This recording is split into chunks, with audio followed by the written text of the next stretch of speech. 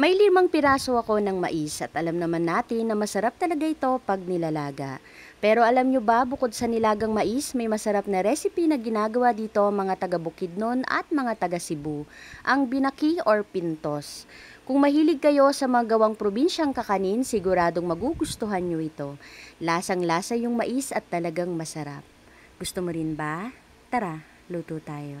Bali sa recipe na ito ay kakailanganin natin ng 5 piraso ng mais at almost 2 kilos pala itong nabili ko. At ang una nga natin gagawin dito ay tatanggalin natin yung matigas na part na nasa taas ng mais.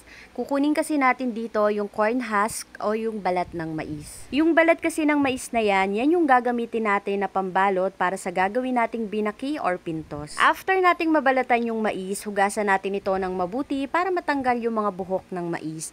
Pati itong balat ay huhugasan na rin natin. Next na natin gagawin ay gagadgarin na natin itong mais. Kung meron kayong ganitong klase ng gadgaran or kahit yung grater ng cheese ay pwede nyong gamitin yun. Or much better naman kung may blender kayo or food processor, pwede nyo rin pong gamitin yun. Kinakailangan kasi na maging Pinoy itong ating mga mais. Medyo nakakapagod lang pag ganitong mano-mano, pero once na maluto naman ito ay worth it talaga. After nga nating magadgad itong mga mais, isali na natin dito sa isang mixing bowl. Then ilalagay na rin natin dito yung iba pang mga ingredients na kakailanganin. Maglagay tayo ng 1/2 cup ng glutinous rice flour, 3/4 cup ng white sugar.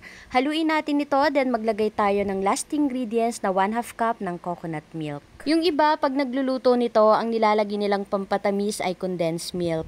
At yung iba naman ay naglalagay din dito ng margarine. After nga nating mailagay lahat ng mga ingredients, haluin natin ito ng mabuti hanggang sa ma-well combine na lahat ng mga ingredients. At sa paggawa naman nito ay naglalagay lang ako ng 2 tablespoon netong ating mixture dito sa corn husk or sa balat ng mais. Then, i-fold lang natin yung magkabilang side at ilagay na natin dito sa steamer. At nung nakapagbalot na nga ako ng ilang piraso, na-realize ko na may mas maganda pa palang pagbabalot dito sa ating binaki or pintos.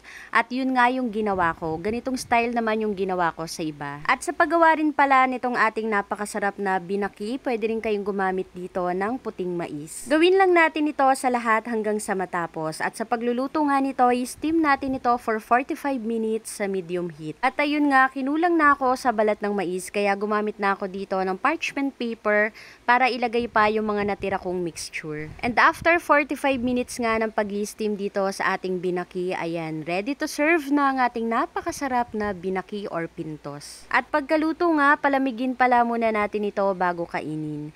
At yung lasa nga nito ay talaga namang napakasarap. Lasang-lasang kakaning mais. At masarap pala itong kainin sa almusal, kapares ng mainit na kape.